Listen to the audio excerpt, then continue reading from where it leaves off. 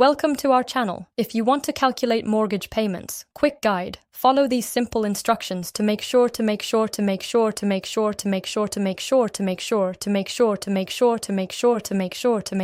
ensure everything is properly set up and works correctly. Step 1. Open your web browser or mobile app and navigate to the relevant platform or website. Be sure to make sure you're logged in with your account credentials if required. Step 2. Locate the main menu or settings section. Look for the option related to your task, usually found in the top navigation bar or sidebar menu. Step 3. Navigate to and click on the appropriate section or tab where you can access the specific feature or tool you need for this process.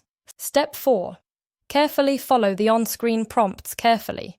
Enter any required information such as amounts, addresses, or account details, accurate and correct, and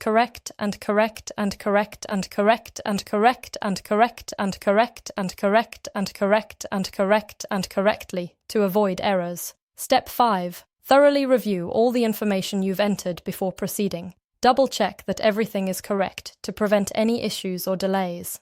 Step 6. Confirm your action by clicking the Submit or Confirm button. Wait for the system to process your request, which may take a few moments. Don't forget to like this video and subscribe to our channel.